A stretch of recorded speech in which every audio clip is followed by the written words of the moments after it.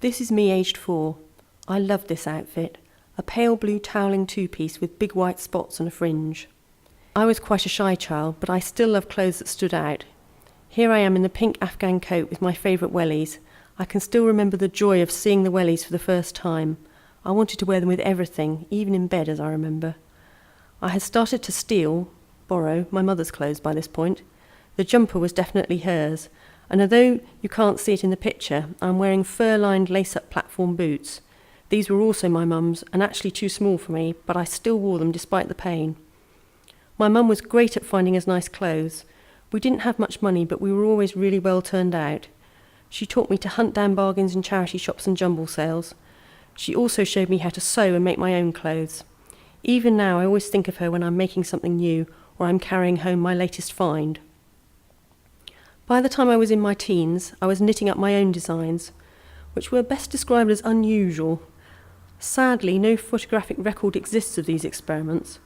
I often made complete outfits, and despite being shyer than ever by this point, I still felt compelled to wear them when I went out, as if being a teenager wasn't misery enough without people shouting rude things at you in the street.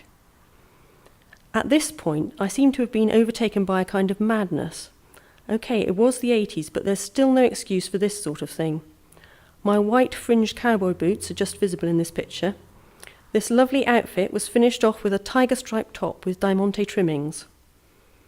Things settled down after this into a period of sartorial dullness. There was a lot of corduroy and big jumpers.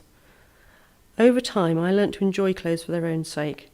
I found out about the history of fashion and how garments are made.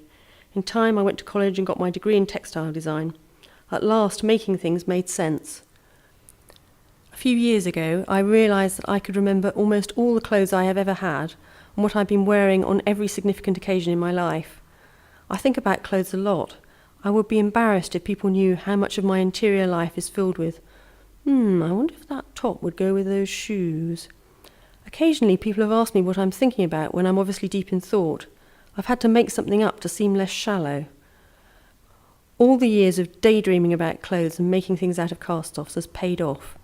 Showing other people how to make things and recycle their clothes is now an important part of my working life.